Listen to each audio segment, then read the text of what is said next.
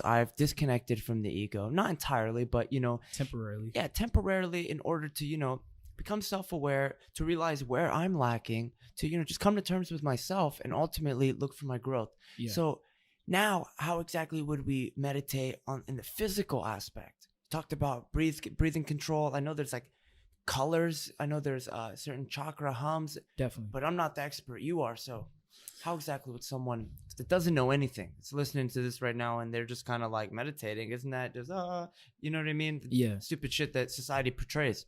Okay, so I'll give listeners a few very practical tools that'll help them get started on this journey. Um, when you start meditating, I'll just say there's three things that everyone should try to do. First, closing your eyes. The reason this is important is because when our eyes are open, there's too many visual stimuli that can potentially grab our attention.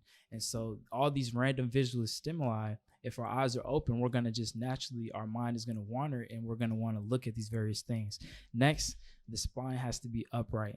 The only reason I recommend the spine being upright is because if you, okay, the spine. yeah, Okay. it helps the energy in our body flow better. And if you meditate when you're just in bed, the problem with that is if you meditate when you're laying in bed, which some people have tried, which is still helpful, but you're just prone to falling asleep because you're laying down.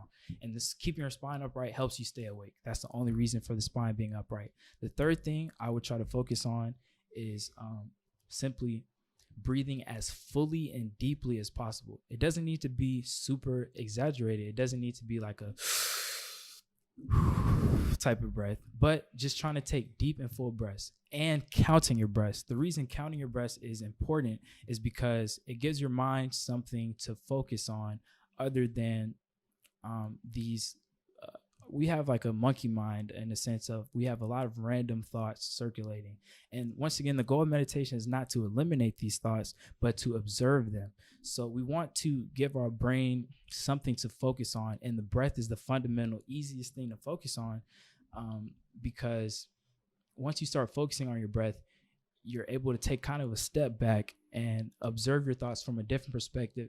When most people, they only engage in their thoughts. And this is so powerful. The problem with constantly engaging with your thoughts is you never get a chance to look at your life from a different perspective. But when you're not engaging with your thoughts, you're observing them. So let's say I'm meditating, okay, and I have some maybe negative self-talk or negative thoughts come up, and maybe I'm meditating. I think I'm not smart enough. I messed up on that thing I had yesterday. Instead of following that thought train and thinking, like most people do, they follow this thought train and they find themselves depressed, anxious for an hour, 2 hours, a day, 2 days, 3 days.